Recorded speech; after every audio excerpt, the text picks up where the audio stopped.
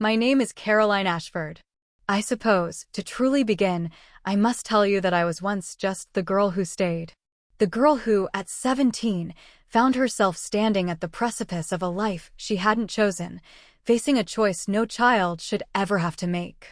My story isn't one of dramatic triumph or bitter revenge, but rather a quiet unfolding, a gentle blossoming born from a moment of profound abandonment. It's a story about the stubborn, tenacious way love finds a path even through the hardest soil, and how, sometimes, losing everything is the only way to find what truly matters.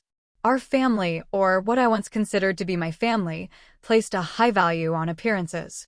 Our home in the quiet, tree-lined suburbs of Riverbend was always meticulously kept, the lawn manicured, the cars polished.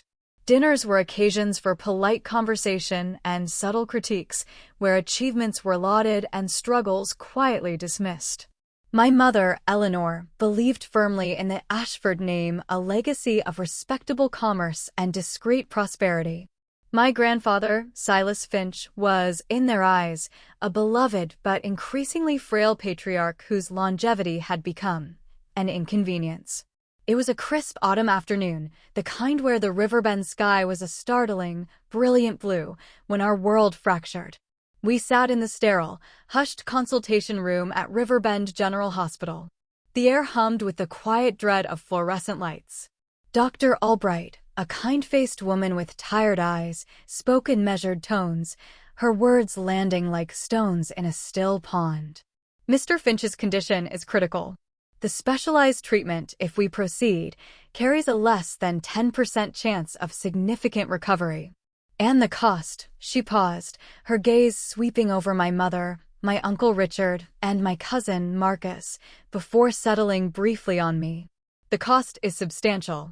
A sum that, even with a strong insurance plan, would leave a significant shortfall. I don't recall the exact figure she quoted, only that it felt astronomical, a sum meant for grander ambitions than prolonging the life of an old man. My mother, elegant even in her distress, smoothed her silk scarf. Richard, ever the pragmatist, cleared his throat. Marcus, absorbed in his phone, barely looked up. There were no tears, no arguments, no desperate pleas for a second opinion. Just a shared, silent acknowledgement that the numbers didn't add up to what they considered a worthwhile investment. "He's lived a long life, Doctor," Eleanor finally said, her voice cool and definitive, a tone that brooked no debate. "He wouldn't want us to throw good money into a black hole for a lost cause." Richard nodded in agreement, a subtle tightening around his mouth.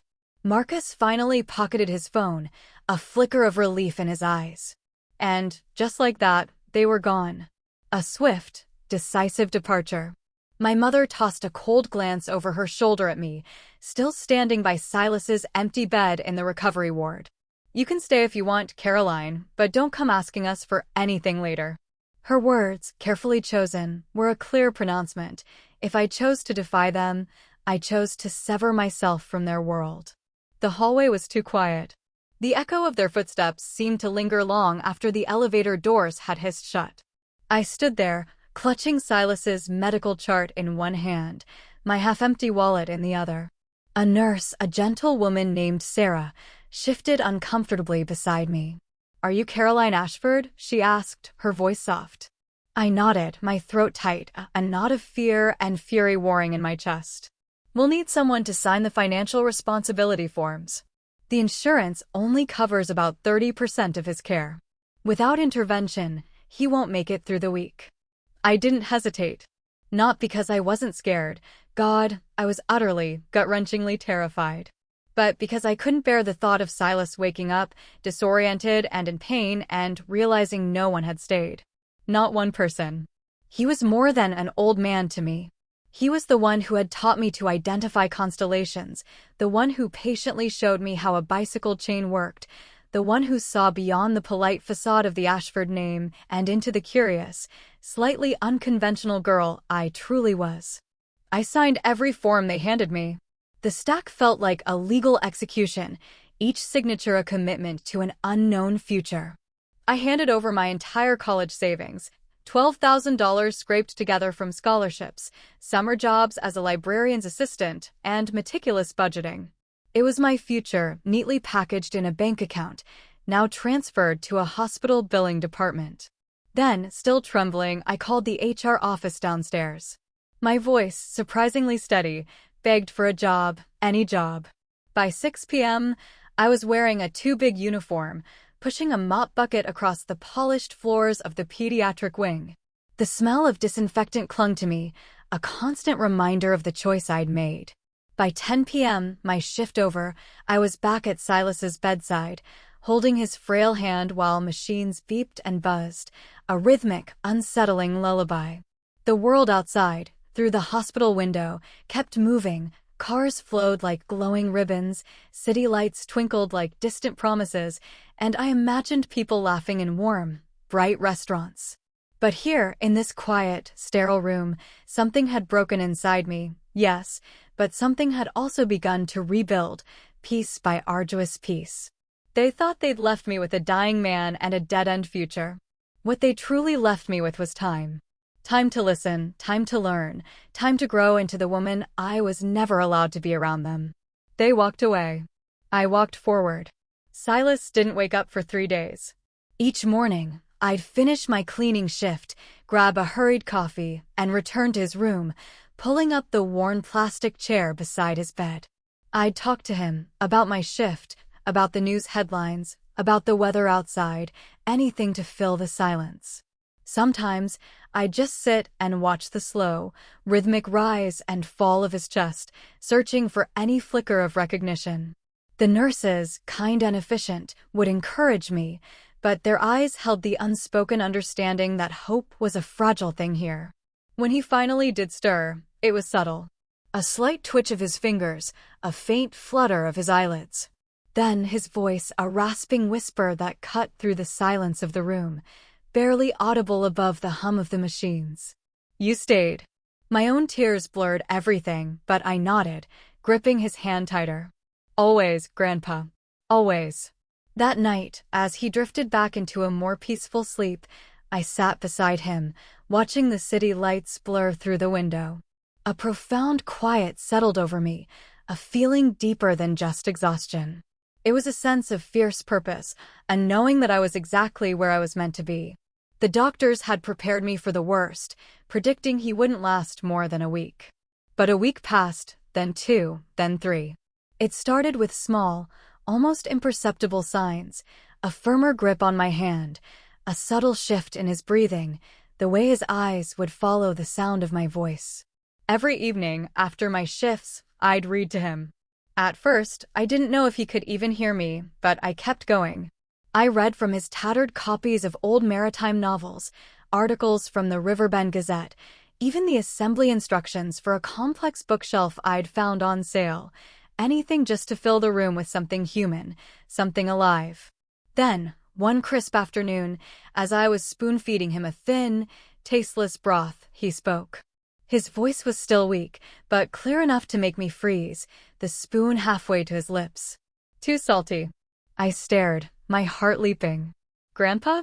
He blinked, his eyes, though still a little hazy, met mine. A faint, familiar smile touched his lips. You've always been terrible at seasoning, Caroline. I laughed, a raw, tearful sound that echoed strangely in the quiet room. It was the most beautiful complaint I'd ever heard. It was the sound of life returning, the echo of the man I loved. Over the next few weeks, his recovery picked up speed, not miraculous, but steady, stubborn. He started sitting up in bed, then speaking in longer sentences. Soon, he was taking shaky steps with my arm supporting his, a slow, deliberate shuffle down the hospital corridors. The doctors called it a statistical anomaly, a remarkable deviation from expected prognosis. They spoke of his strong constitution, his will to live. I called it proof that love matters more than odds, that the human spirit, when nurtured, can defy even the bleakest predictions. Once he was stable enough to leave the hospital, we moved into a tiny 2-room apartment across the street. The Copper Kettle Apartments, it was called, a charmingly dilapidated building with peeling paint and a perpetually rattling heater. We had to share one bathroom with two other tenants on our floor, and the kitchen was barely big enough for one person to stand in. It wasn't much, but it was ours. It was a haven carved out of the chaos. And we were together. My days became a relentless rhythm of work and study. I continued my hospital cleaning shifts at night, the solitary hours of mopping and scrubbing providing a strange, meditative calm. During the day, I'd assist at the hospital's supply desk, organizing medical equipment and paperwork.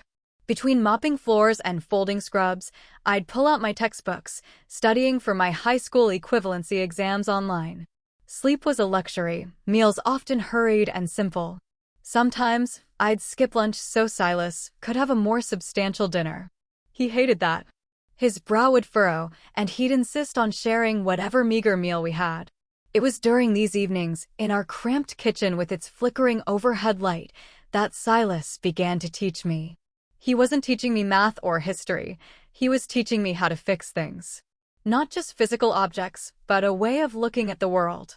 Circuit boards, light switches, the sputtering old coffee machine, even the ancient toaster oven that sparked unpredictably. Most people just throw things out when they break, Caroline, he'd say, handing me a small, gleaming soldering iron, his fingers gnarled but steady. But if you truly understand how something works, you can rebuild it. That goes for machines, and it goes for people too. Those lessons, under the hum of the tired fluorescent bulb, changed my life. They weren't just about wiring or tools. They were about self-worth, about choosing to repair rather than abandon. He taught me about patience, about diagnosing the problem, about the quiet satisfaction of making something whole again. He taught me the dignity of craftsmanship. One evening, he watched me meticulously replace a broken switch in our temperamental microwave. I was covered in grease, my hair escaping its messy bun, but my hands were confident. He nodded approvingly. "You know, Caroline," he said, his voice soft, "you've got a mind for crafting systems. An engineer's touch." I scoffed. "I've got the mind of a janitor who doesn't want to burn soup, Grandpa." But secretly, I let that compliment burrow deep inside me.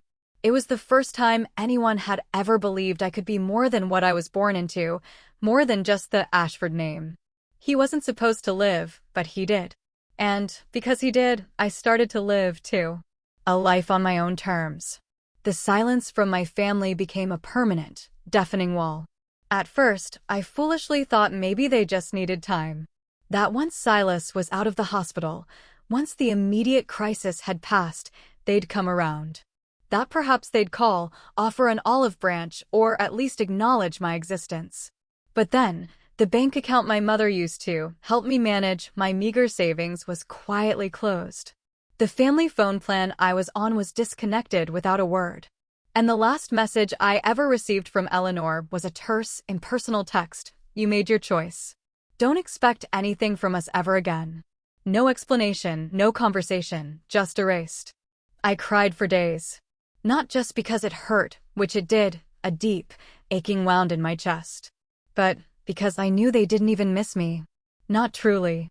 They didn't miss me. They missed the version of me that fit neatly into their predetermined narrative, the one who would have made the sensible choice. Silas saw it in my face, even when I tried to smile and pretend everything was fine. He never spoke badly of them, never once uttered a harsh word about his own children. He just said, his eyes kind and understanding, "Some people only know how to love when it's easy, Caroline. When it's convenient. You're not one of those people." His words, quiet and profound, were a balm to my aching heart. They were a definition of self-worth that had nothing to do with external approval. Money, already tight, became a constant, nagging worry. I was working double shifts cleaning the hospital at night and assisting at the supply desk during the day, snatching moments to study for my high school equivalency exams between mopping floors and folding scrubs. We ate simply, sometimes too simply. The skipping meals part worried Silas most. So, he made me a deal. He'd teach me everything he knew, not just household repairs, but basic programming concepts from his old engineering days, blueprint reading, even the intricate mechanics of old clocks, if I promised to charge people for the work. No charity work when your stomach's empty, lass, he'd grumble, a twinkle in his eye. And so, the Finch duo, as the neighbors affectionately called us, came to be. By month 3, we had a shoebox full of crumpled bills labeled Repair Fund, growing steadily under the kitchen sink. By month 6, the neighbors were not just knocking, but forming a polite queue, asking for help fixing sputtering dishwashers, rewiring antique lamps, even building elaborate backyard irrigation timers. We never advertised, never put up a sign. But word spread through the close-knit community of the Copper Kettle apartments and the surrounding streets. Caroline and her grandpa, they don't just fix things, they care. They make it new again. One quiet night, while patching up an ancient toaster someone had dropped off, its coils glowing faintly, Silas looked up at me, his gaze direct and knowing. "You don't need their name to build your own, Caroline." I paused, my hands still, looking at him. "Whose name, Grandpa?" He didn't answer, just kept twisting the wires into place, a faint smile playing on his lips. That was the night I truly realized he knew exactly what he was preparing me for. Not revenge, not payback for their abandonment, but something far more profound. Independence. A life built on my own terms, beyond anyone else's permission or judgment. A life defined by what I built, not by what I inherited. That year, fueled by caffeine and Silas's steady encouragement, I earned my high school equivalency diploma. It wasn't a grand ceremony, just a simple certificate in the mail, but it felt like a mountain conquered. The following summer, a small notice caught my eye in the Riverbend Chronicle, Innovators Spire Tech Program for Women, empowering the next generation of female STEM leaders. I almost didn't apply. I didn't think I belonged. My background felt so ordinary, so far removed from the shiny, impressive profiles I imagined they were looking for. "I'm just a cleaner, Grandpa," I'd said, my voice heavy with self-doubt. But Silas, ever the quiet force, had looked at me over the rim of his reading glasses. "The people who truly belong aren't the ones born into gilded rooms, Caroline. They're the ones who build their own doorways, brick by brick, with their own 2 hands. And then they walk through them." So, I built mine. I walked through it. And I never looked back. 7 years. That's how long it had been since they walked away, since I signed those hospital forms with shaking hands and a college fund I no longer possessed. 7 years since I became the girl who stayed. And in those 7 years, I became something more. I became Caroline Ashford.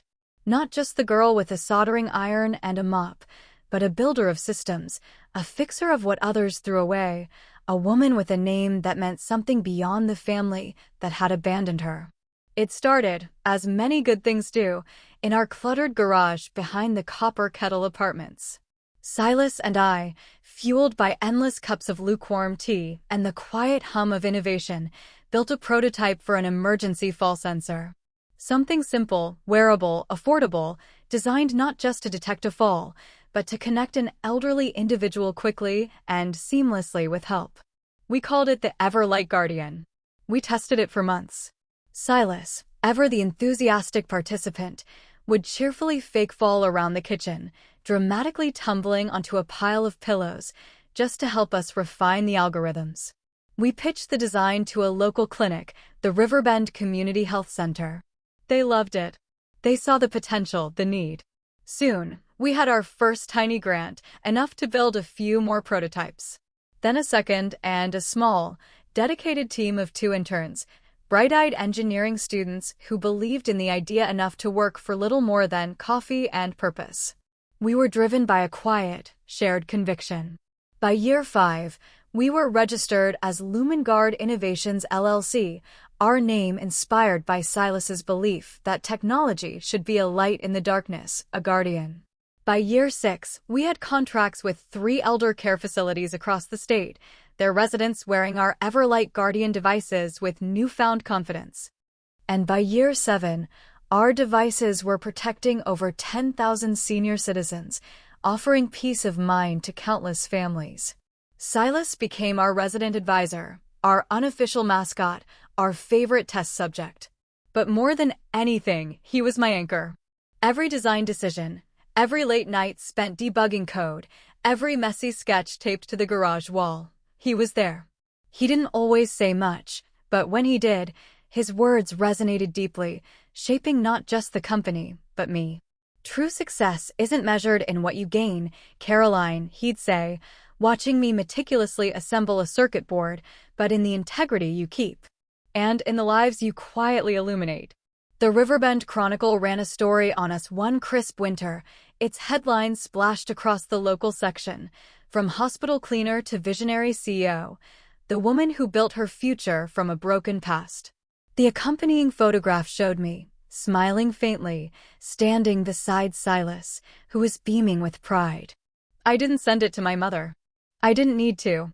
The story made its way around town, through the whispers of extended family, through the hushed tones of everyone who once said I was wasting my life on a man already dying. I didn't gloat. I didn't call. I didn't respond to the distant cousin who emailed, "Hey, long time, have you been?" because I knew something they didn't. My name, my worth, my very identity didn't come from them. It came from every night I didn't quit, from every screw I turned, every bill I scraped to pay, every word Silas whispered when I didn't think I could do it. It came from the marrow of my own bone, forged in resilience. He was 91 when his health began to fail again. This time, it was slower, gentler, like a tide quietly receding. There were no dramatic hospital dashes, no desperate interventions. He still drank his morning coffee, still gave me his astute feedback on my latest code, still smiled with that familiar warmth when I walked into the room. But we both knew this time he wasn't going to recover. And for the first time in years, I was the one who didn't want to let go. He passed away on a Tuesday morning. The light outside was soft, diffused through a gentle mist, as if the world already knew it needed to be tender. I found him in his favorite armchair by the window, the one he always called his thinking spot, a closed book resting gently in his lap, a half-drunk cup of tea by his side. A faint, peaceful smile still rested on his face. No machines, no chaos, just the quiet dignity of a life well lived, gently completed. I held his hand for a long time, the warmth slowly fading, before I could even bring myself to call the hospice nurse. Not because I didn't know what to do, but because I wasn't ready to live in a world without his voice, without his quiet, steady presence. The silence of the house felt vast, yet strangely, not empty. It was filled with the echoes of his wisdom, the quiet hum of a legacy that had only just begun. The funeral was small, just as he would have wanted.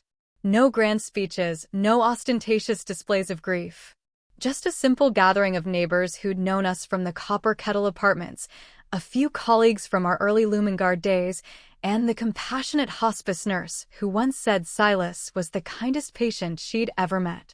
I stood at the edge of the churchyard, a quiet, ancient place with gnarled oak trees, thanking people as they left.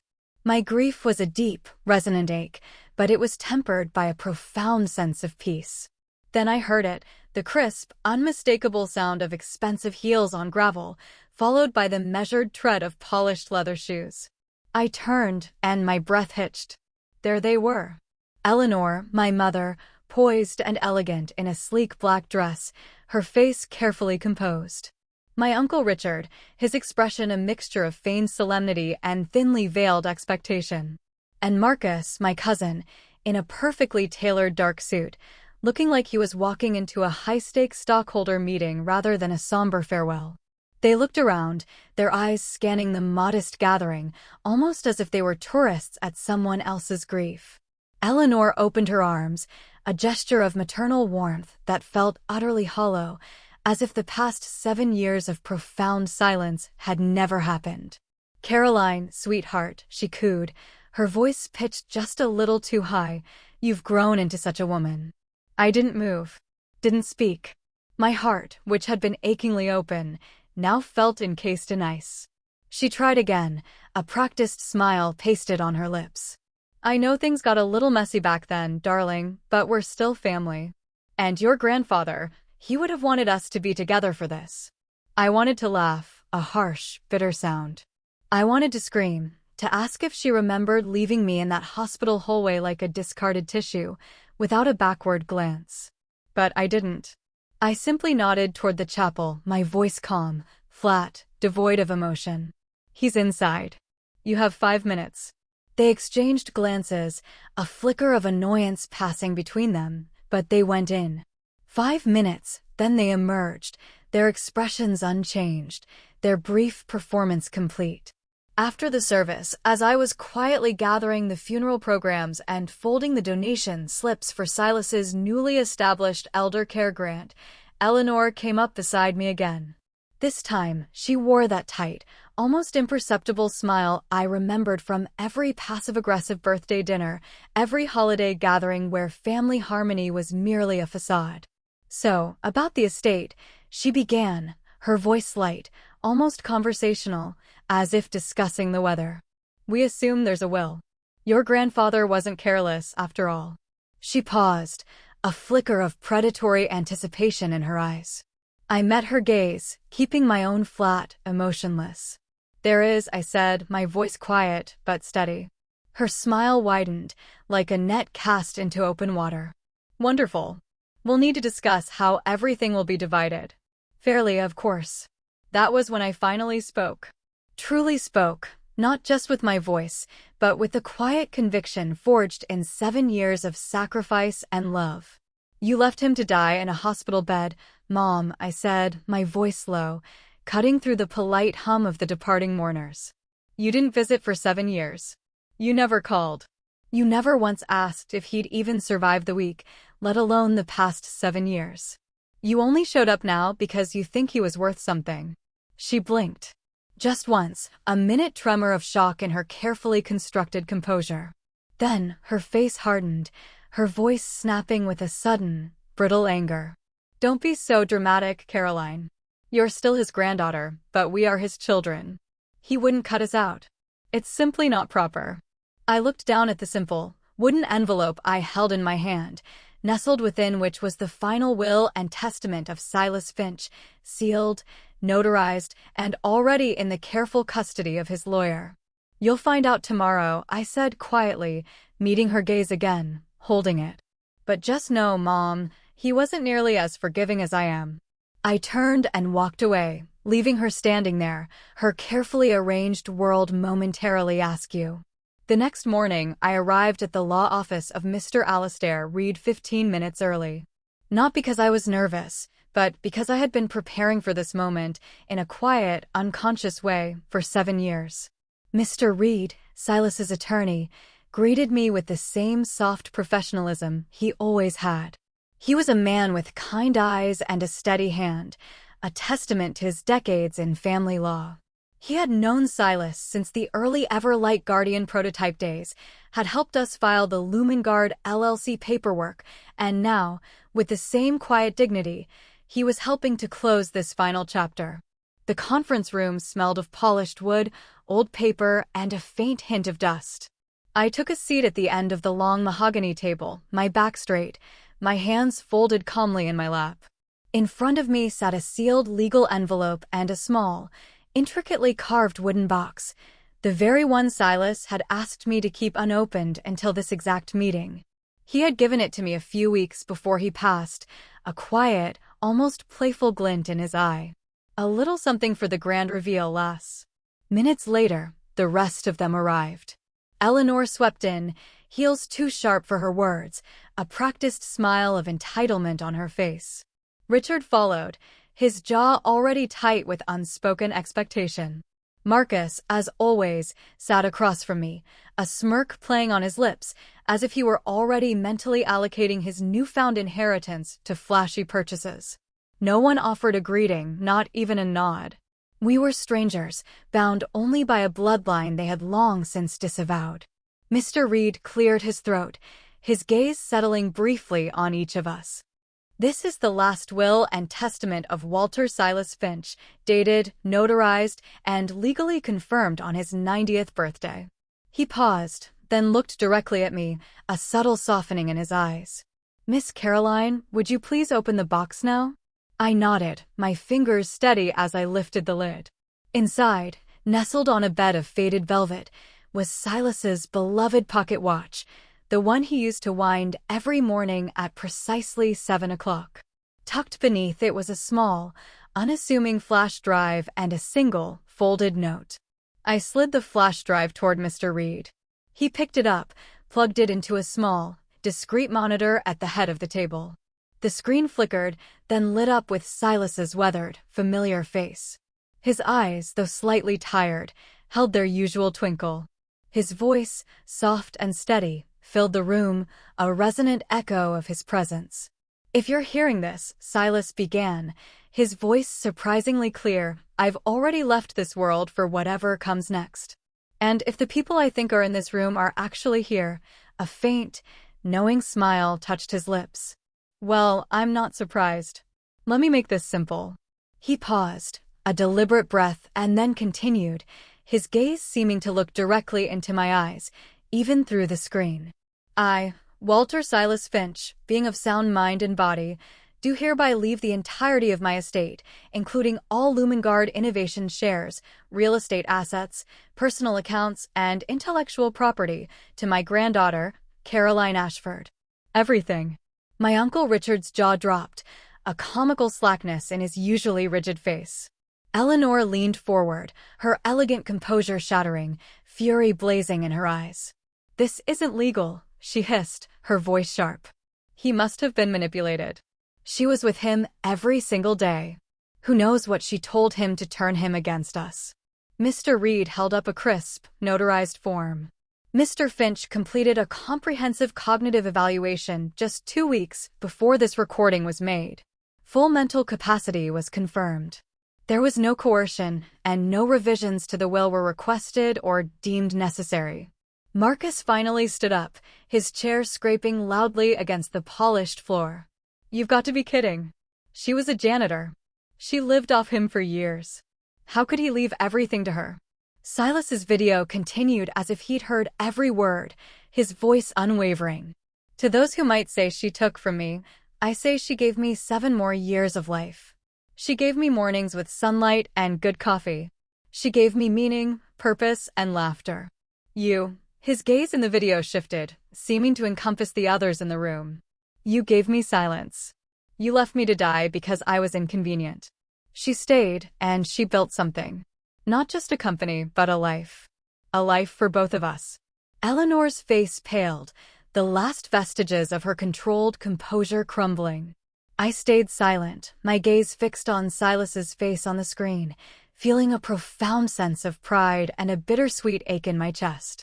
Mr. Reed, with clinical precision, folded the will. "There are no alternate beneficiaries specified. A no-contest clause is included, meaning any legal challenge will void your right to inherit anything, even nominal personal effects. Walter Silas Finch's wishes are absolute. Caroline Ashford is the sole heir." No one said a word. Not really. There was only the quiet hum of the air conditioning, the rustle of Mr. Reed's papers, and the profound, echoing silence that followed the sound of a legacy being irrevocably taken away from those who thought they were entitled to it simply by birthright. As they left, one by one, their faces contorted with a mixture of disbelief, anger, and a dawning comprehension, Eleanor looked at me for the first time with something that almost resembled fear. But I didn't flinch. Because now, she knew, I wasn't the broken, abandoned girl she had left in that hospital hallway. I was the woman he chose. And she had no power over me, not anymore. They didn't leave quietly. The moment the law office doors closed behind us, Eleanor spun toward me, her voice low, venomous, barely contained. "You think this makes you better than us? You manipulated an old man on his deathbed and tricked him into signing everything over. How could you?" I stared at her, this woman who once told me I was wasting my life on a man who wouldn't make it through the night. Now she stood inches from me, furious, not because she'd lost a father, but because she'd lost the fortune he left behind. "You left him, Mom," I said calmly, my voice steady despite the tremor in my hands. "You left both of us. And for 7 years, you never once called to ask if he'd even survived." Richard stepped in, his face red, his voice forceful, trying to assert some semblance of authority. "We're his children, Caroline. You don't get to erase that." I turned to him, my gaze unwavering. "And what exactly did that title mean to you, Uncle Richard? A duty? A bond? Or just a birthright you thought guaranteed a payday?" He clenched his fists as if words weren't cutting deep enough. We can challenge the will. Marcus snapped, his face contorted in a sneer. We'll go public. We'll tell the press you manipulated a dying man with dementia. I smiled then, not because I was amused, but because I was ready. This was the moment I had built toward, not just with money and success, but with self-respect. Go ahead, I said, my voice cool, clear. And I'll release the full, unedited footage of Grandpa's testimony, his medical evaluations, his daily journals. I'll publish his handwritten letters about what each of you did, or didn't do, when he needed you most. Let the world see the kind of family you really were. They were silent. The bluster faded, replaced by a dawning terror. But I wasn't finished. I reached into my bag and pulled out one last, small, worn envelope. This, I said, handing it to my mother, was written by him a month before he passed. It's not legal. It's personal. She hesitated, her fingers trembling slightly, then opened it. 3 words, handwritten in Silas's sharp, steady script, met her gaze. You walked away. Her hands trembled violently. She crushed the note in her palm, as if paper could erase shame, or a crumpled page could rewrite history. For the first time, she didn't speak, not a curse, not a plea, just silence. And that silence, heavy and absolute, said everything. I turned to leave, my steps light, unburdened. But I paused at the door, one last truth needing to be spoken. You lost the inheritance, I said, not turning back, my voice clear in the afternoon sun. But worse than that, you lost him. And the truth is, you lost him long before he died. I didn't take anything from you. You gave it all up the day you chose convenience over love. I walked out into the gentle riverbend sunlight, leaving them in the dimness of their own making. And for the first time in my life, I didn't feel small beneath their gaze. I felt whole. Not because I had won in some bitter competition, but because I had survived. Because I had stayed. Because I had built something beautiful and meaningful from the ashes they left behind. And because, in the end, he chose me. Not just with his will, but with his time, his trust, and the quiet, unwavering love of a man who saw true value in the very person they once abandoned. 6 months later, the house was quieter than ever, yet somehow, not lonely. The kettle he loved still sat on the stove, gleaming softly. His armchair by the window, his thinking spot, remained untouched, draped with the old wool blanket I'd knitted for him. And the pocket watch, his beloved timepiece, I still wound every morning at 7 o'clock sharp. A ritual, a promise, a quiet conversation with a soul that would forever be intertwined with mine. But what I did next wasn't about mourning, it was about building. It was about honoring his spirit by continuing his legacy of mending what was broken. I used a significant portion of the inheritance, not for lavish mansions or flashy cars, but for purpose. I launched the Finch Legacy Fund, named not just for his surname, but for the man who grew hope out of neglect, who taught me that even the most broken things could be made whole again. The mission was simple, yet profound, to provide technical training and emotional support to teens and elderly individuals who, like Silas and me, had experienced abandonment or felt overlooked. We would teach them not just skills, but self-worth. We started small, 3 donated laptops, 2 folding tables, and a rented room in the Riverbend Community Center.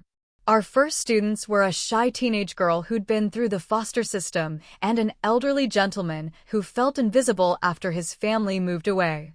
The day our first student, the quiet girl, built her own basic Everlight Guardian device from a kit, and it actually worked. A small green light blinking triumphantly, she shouted, "It actually works," and her face lit up with a joy so pure.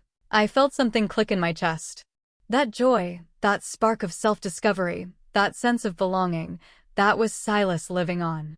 A year later, we opened our first permanent workshop space, a bright, airy place filled with the hum of soldering irons and the chatter of newfound camaraderie. 5 years after that, one of our scholarship recipients, the shy girl from our first class, became a lead developer at Lumengard Innovations.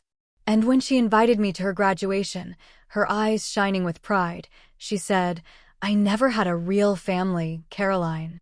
But your foundation and everything Silas built made me feel like I mattered." I gave her Silas's favorite wrench, the one he always said fixed more than just circuits. You do matter, I told her, my voice thick with emotion. And don't ever let anyone make you forget that.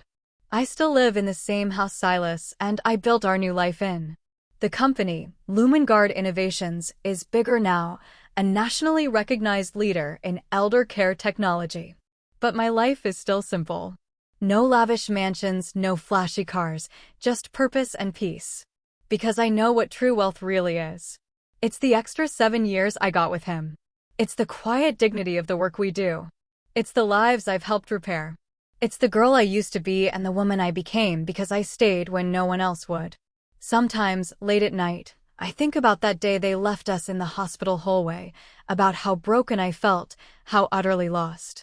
And then I look at what came from that moment, at the life I've built. Not bitterness, but belonging. Not revenge, but restoration. Not just an inheritance, but a living, breathing legacy. Tonight, I'll win the pocket watch again, its familiar click a comforting cadence in the quiet house.